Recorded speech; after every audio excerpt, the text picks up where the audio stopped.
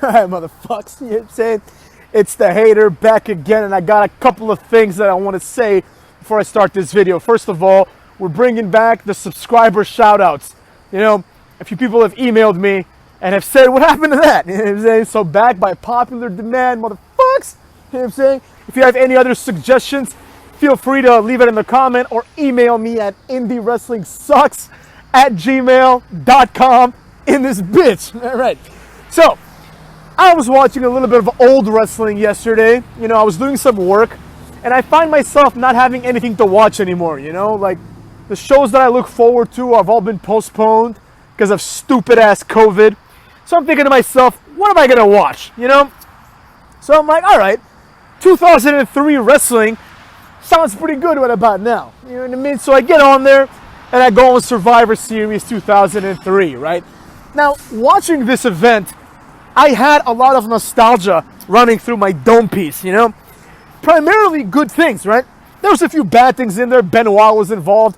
We all know how that turned out. Not good, you know what I mean? But I saw a lot of wrestlers that were just on the brink of getting pushed or on the brink of becoming big.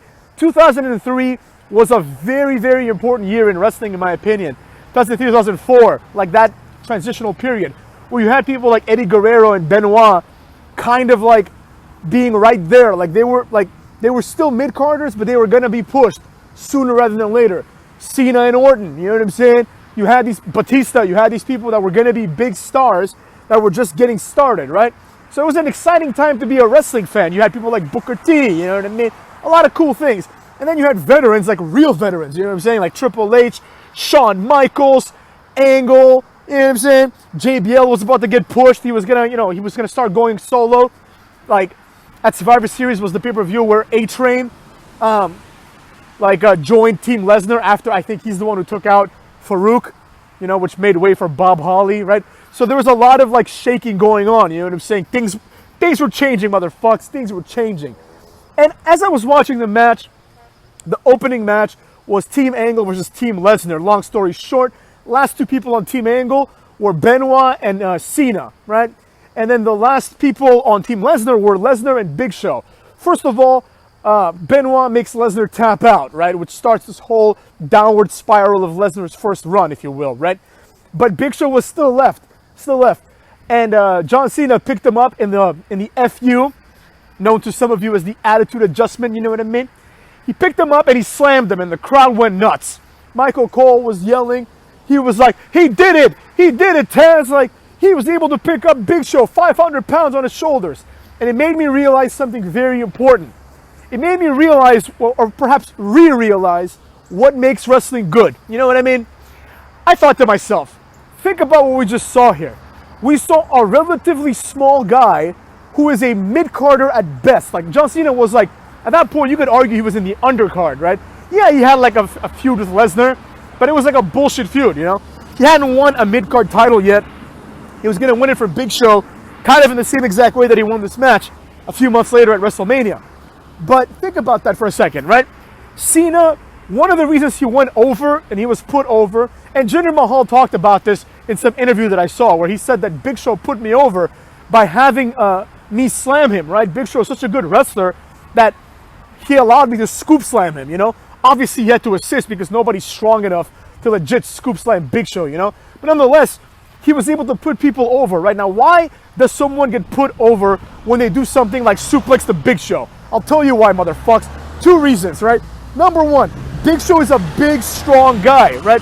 So picking up a 500-pound guy is inherently impressive. It makes you look superhuman, right? You come off looking like a superhero because you're able to pick up such a large person, you know, and slam him. This is impressive. Even if you don't watch wrestling, like if I were watching this with my grandma, I can already tell you, she would be like, holy shit, that guy is so big, and this other guy who's about 6'1" picked him up and slammed him. That's impressive. You know what I mean? And furthermore, reason two is that it's impressive because not many people can do it. You understand me? Like Randy Orton, he's a strong guy, obviously, but he's not someone that's going to be able to pick up Big Show in a fireman's carry, right? Someone like Edge, he had to waste his entire career, not waste, but he had to go through his entire career with the shittiest spear in the history of spears. Why? Because his physical gifts are limited. He cannot pick up Big Show, and therefore he will never have the moment of going over because of that. Now, am I saying that that's the only way or even the best way to get over? No, I'm not saying that at all. But what I'm saying is this. When you watch that match, and like early in the match, John Cena teases picking up the Big Show, but he fails to do so, right? That sets up the viewer to think, no way can this guy do it, right? It sets up the, I don't want to say the smarter viewer, but the more informed viewer, the guy that's watched wrestling for a while at this point, someone like me, it sets them up to think later in the match he's going to try to do this again. And then the question becomes, I hope he succeeds or I hope he fails. But we're not sure, right? Because there's an element of actual skill involved in doing that. You have to be strong enough to be able to pick up the Big Show, right? You can't practice that, right? And then be able to do it 20 or 30 minutes into a match, right? You might fail. It happens all the time. So you're thinking to yourself, this is kind of great, right? And it's going to be an actual moment. You're going to have someone try to do something they might fail at that involves a very, very desirable skill called strength. Eventually, Cena picks him up, slams him, pins him. It wasn't the best attitude adjustment or FU, but it was what it was. Now, ask yourselves this. This is what I found myself asking. Today, when was the last time we had a moment like that? When a moment where someone does something incredible. I don't mean fake incredible, like, oh, he kicked out at 2 after 15 finishers. I mean actually incredible, right? Something where you're like, holy shit, I can't believe I just saw that, right? They've tried to recreate the whole superplex, breaking the ring thing so many times that it's lost its taste. It's in the WWE 2K video games. You can do it any match if you want, right? The first time it happened, it was, number one, the first time, and two, it seemed, I don't know if it was planned or not, but it sure as shit seemed like it was unplanned, and it seemed like the announcers, Taz, for example, were not in on it. So it was a legit moment. You're like, holy shit, what the fuck just happened, right? Now, that's what I'm getting at here, right? We don't have that anymore in wrestling, you know? And I'm not saying it's just feats of strength. So, for example, when I first saw Jeff Hardy, and I saw him do a Swanton Bomb, which is a move that I think pretty much anyone can do if they want, right? Or I saw someone do a moonsault. S.A. Rios, I think, was the first guy I saw in WWE to actually do a moonsault as a finisher, right? And Lita. I'm just like, holy shit, this guy just did something that no one else does. Jeff Hardy, his finisher is from the top rope, and it's not an elbow drop or a leg drop, right? It's something cool. It's something high risk. It's something that would actually hurt. So you look forward to Jeff Hardy doing the Swanton. Now, I say this because there's plenty of wrestlers all over the world, mostly in places like AEW and like New Japan, all this horse shit, right? That have moves that are pretty incredible, right? Like there's no doubt about it. You know, AJ Styles doing the spiral tap, I had the same reaction when I saw it. I'm like, nobody does this. You know, this guy's like kind of bigger, bigger. You know what I mean? Like he's not like Amazing Red. He's not like fucking Crash Holly, right? He's like a normal sized guy, you know? And he's doing this like super flip, basically the spiral tap, and landing on opponents with pretty good accuracy. You know, the Starship Pain, the 5-star frog splash, right? These moves that are like actually impressive, like how high RVD jumps, it pretty much buries Eddie Guerrero's frog splash completely, right? It's like one is an actual move and the other one is like, oh, I'm pretending I'm doing a high flying move, you know what I'm saying? And then we have like things like the Chavo Guerrero frog splash, which should have never been done whatsoever. But you know what I'm getting at, motherfucks? There are people that have impressive moves, you know, or moves that are cool. But the problem is when everyone is doing these moves, the uniqueness goes away. And once again, uniqueness is very important, but it also has to have this kind of holy shitness to it, right? And if someone's doing, I don't know, a double rotation moonsault, and then the next night someone does a 630 senton, right? It's like, oh, okay, they're both pretty impressive. Everyone does it. Like, it's kind of like the 450, you know what I mean? The 450 at some point was a big move. Like Jeff Hardy used it as a finisher very briefly, right? The 450 was a big time move. Like when R-Truth would do it, like back when R-Truth was K-Quick. You know, it was an impressive move. Then Justin Gabriel started doing it, and it was still impressive. You know what I mean? Because he used it as a finisher. And then everyone started doing it, and now it's like a regular move. You know, the only logical thing to do is to have people kick out of it. You know, it's like the super kick.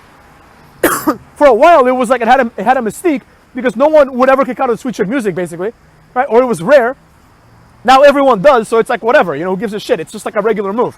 And there's plenty of other moves that are like this. Like the reverse STO is one.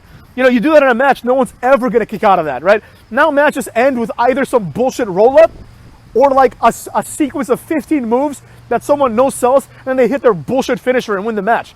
More on that later, motherfucks, but you know what I'm getting at, right?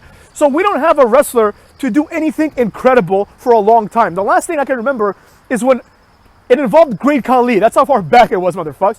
When Cesaro did the Gotch-style neutralizer on the Great Khali, which was incredible. Because, not only because it requires strength, but because of Great Khali's gigantic vertical size. So to pick him up, the amount of leverage you would need is insane, right? Cesaro was good at those things. The Cesaro swing, throwing Big Show over, like he was impressive, right? It's kind of like Kofi Kingston and his bullshit Royal Rumble, like, you know, elimination avoidances, right? Except they all look like shit. Cesaro was actually doing cool things where you're like, wow, that's fucking awesome. This guy's great, right? That's what I'm getting at. Back in the day, we had moments like that because the booking of the wrestling was centered around those moments. You could argue that the entire Survivor Series match is centered around John Cena finishing the match with an attitude adjustment on Big Show, henceforth putting Cena over and putting Benoit over as the last two guys. The match had a purpose and it was unpredictable and two people went over. Two people that typically don't go over went over. Do you understand what I'm getting at? We don't have that anymore. Now everyone does the same moves. You know, you have to ask yourselves, like, what the fuck's the difference between, I don't know, Angelico and Matt Jackson? What's the difference? They all do super kicks. You know, they all do the same exact moves. It's the same shit. Everyone does the same moves. There's no enjoyment in watching that, right? The beauty of it is when people have, like, and this is where it gets to that point where people are like, he only has 5 moves. It doesn't matter. You can have 2 moves, and if they're unique moves, you're more entertaining or if you're the best at doing those moves. For example, Goldberg, right? Goldberg's spear, one of the best spears. Goldberg's jackhammer, one of the best jackhammers, right? Probably the best jackhammer, and probably the best spear. So he only needs those 2 moves. I don't give a fuck if Nick Jackson does 30 moves, if 29 of them are the same as Jack Evans's moves or Jungle Boy's moves. You know, I was thinking about this, watching a Jungle Boy match. Does Jungle Boy have a finisher? Like, he's just a fucking asshole who just goes out there, has like what is now considered a generic moveset, doesn't impress me ever, right? Doesn't even have a finisher. What's the difference between him and Sammy Guevara? What's the difference between Sammy Guevara and Kip Sabian? Do you ever watch a Sammy Guevara match and think to yourself, I might see something amazing? No, you don't. No one ever thinks that, right? But back in the day, you would think that when you saw a match involving someone big and strong, or someone that's capable of doing something impressive, right? Kane lifting Big Show in the Royal Rumble, right? And throwing him over, impressive. Mark Henry, like in his 40s, picking up the Big Show like he was nothing and hitting the world's strongest slam on the table is impressive, right? You're like, holy shit, I forgot that Mark Henry is the strongest man in the world. You're like, that's just not just a tagline. He's proven that time and time again, and he did it right now. You know, you're never going to see Sammy Guevara do anything like that, right? That's why there's this over-reliance on bullshit that AEW has to hang its hat on, right? That's why Jericho's like, oh, I'm the demo god. Like, that's not cool. That's fucking whack. That's just like, you have nothing else left, kid. You have nothing else left, and there's nothing wrong with that. He's 50, you know? But you have nothing else to offer me. I've seen everything Jericho does, you know? And Jericho's one of the good ones, motherfucks. He's one of the ones that innovates and comes up with new moves and new ideas and new things like that. But think about, like, someone like Jack Swagger, right? Like, is there anyone in the world that gets excited about Jack Swagger? No, not one person, man. It doesn't matter if they fire Jack Swagger tomorrow. No one's going to give a fuck. You know, no one cares at all. It's the same thing. He's so replaceable. So replaceable. Like you can take Luke Harper, replace him with Jack Swagger. You can take Luke Harper, replace him with Eric Rowan. They're completely replaceable, right? But you can't replace Batista, right? There's people that are just so good because they are strong and powerful, and they do things that you're like, holy shit, I want to see that happen, right? So, for example, Batista hitting a spine buster on Great Khali, I don't care what you say, it's cool, right? It's one guy picking up a guy that's meant to be unpickable, and he's doing it, right? How can that same thing work in a match with Johnny Gargano and anyone, right? Oh, is Johnny Gargano going to be able to kick him in the face? Of course he is. You can kick anyone in the face. It's not impressive. I can kick someone in the face. I don't want to see people doing things that I can do. I can do all of Johnny Gargano's moves. I can do all of Ciampa's moves. I can do all these things. Anyone can, right? I want to see things that I cannot do on TV. Otherwise, why the fuck would I pay for this? You know what I'm saying? Why the fuck would I care? And that's the problem, motherfucks. The problem is that the things that have made wrestling great from an in-ring perspective have been diluted to the point where, like, when I was in law school, I saw this match. It was, what the fuck's that guy's name? Like Mike Elgin. Mike Elgin versus, like, Eddie Kingston, or not Eddie Kingston, Eddie Edwards or Davey Richards, one of those two assholes, right? And then like after the match, the guy who won, not Mike Elgin, but the other guy, was like, we just had a 5-star match. And of course, Dave Meltzer gave it 5 stars.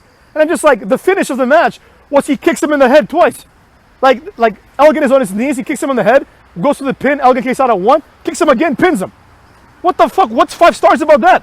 What the fuck did we see? Like, anyone can do that. Like, it's so generic that I don't even remember if it was Davey Richards or Eddie Edwards. Who the fuck cares who it was? It makes no difference, right? But I will remember John Cena picking up the Big Show. I will remember Cesaro picking up Great Khali.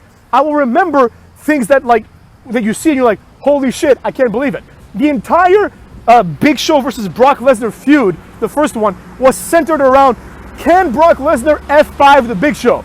That was the entire feud. Was Big Show might be too big for Brock Lesnar, who is presented kind of as a one-trick pony, right? He might be too much for Lesnar to overcome.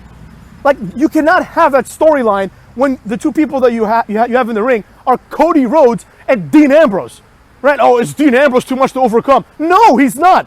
He was overcome by like Nia Jax or some shit. There's nothing difficult to overcome about these jabrones.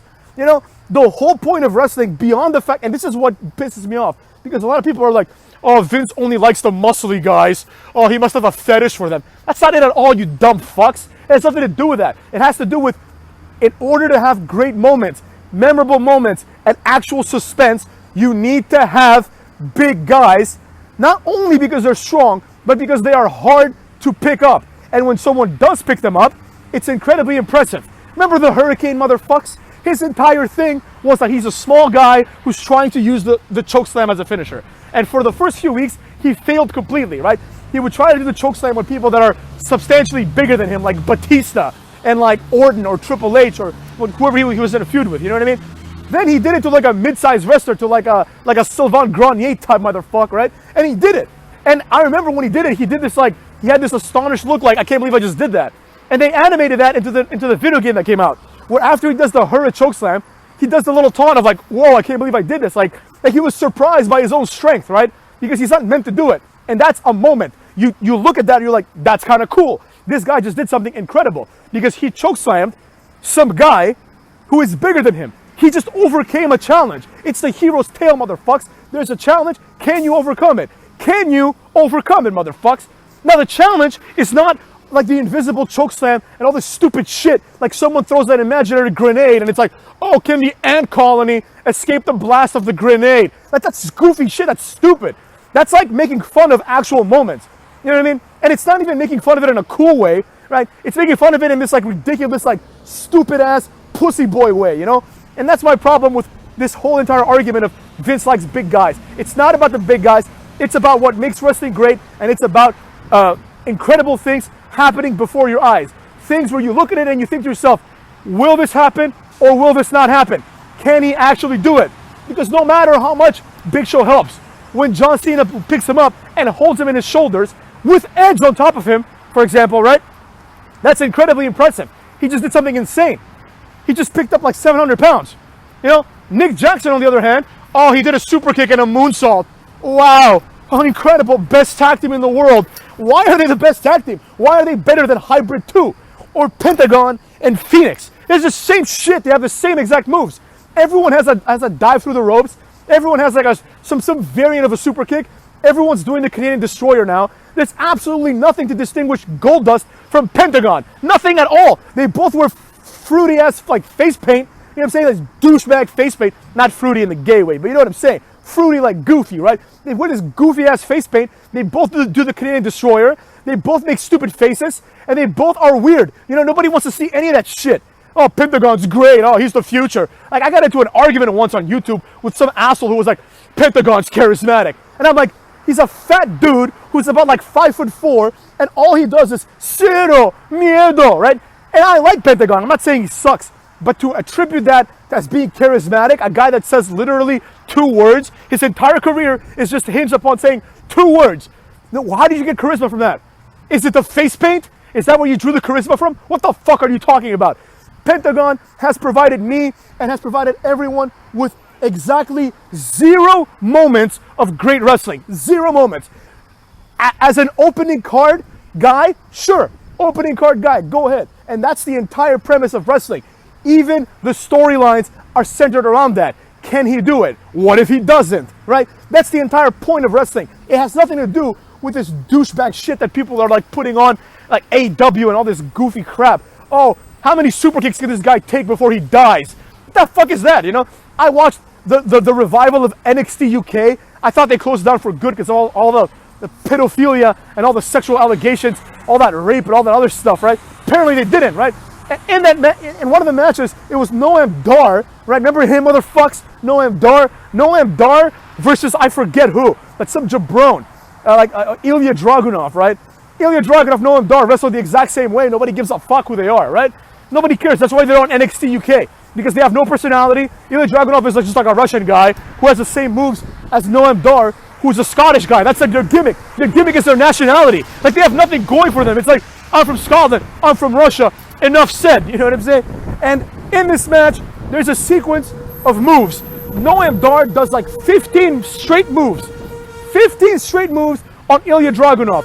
Only for Alexander Wolf, right, to come out, try to distract Ilya Dragunov, ends up distracting Noam Dar, and then Dragunov runs into Noam Dar doing a spinning, running headbutt, the Torpedo Moscow, and pins him. After taking about 16 moves straight, he just lightly hits him with his head, and that's it. Same shit on AEW. Jungle Boy and Luchasaurus versus FTR, right?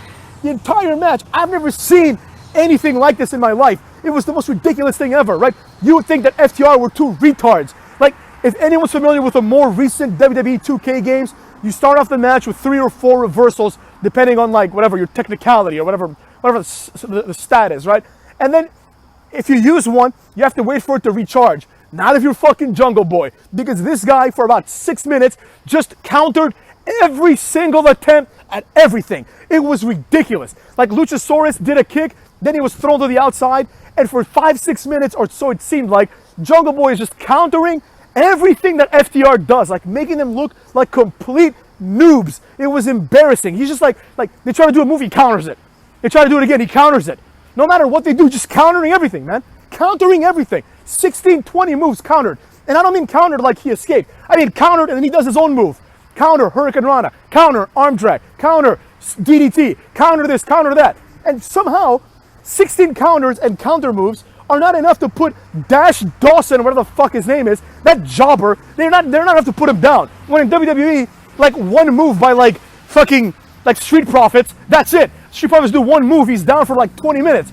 You know what I mean? But the style of wrestling is different. You know, you have like 2 people fighting one tiny guy. He's countering everything. They fail completely, only to beat him with a roll-up that's like assisted by the other guy. It's on the ropes. It's right in front of the referee. The referee doesn't notice at all somehow. It's the dumbest shit I've ever seen in my life, right? That's what you have to look forward to.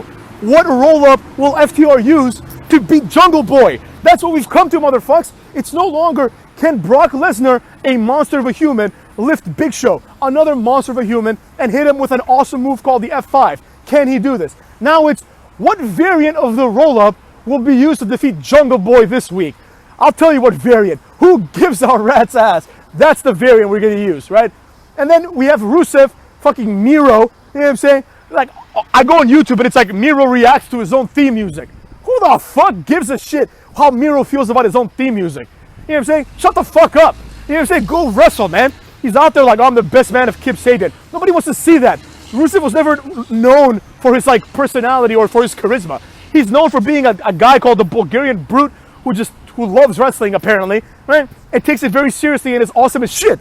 You know what I'm saying? That's what he's known for. Now he's like, oh, blonde hair, don't care. Kip Sabian's best man, all this stupid shit. You see what I'm getting at, motherfucker. You see what I'm getting at.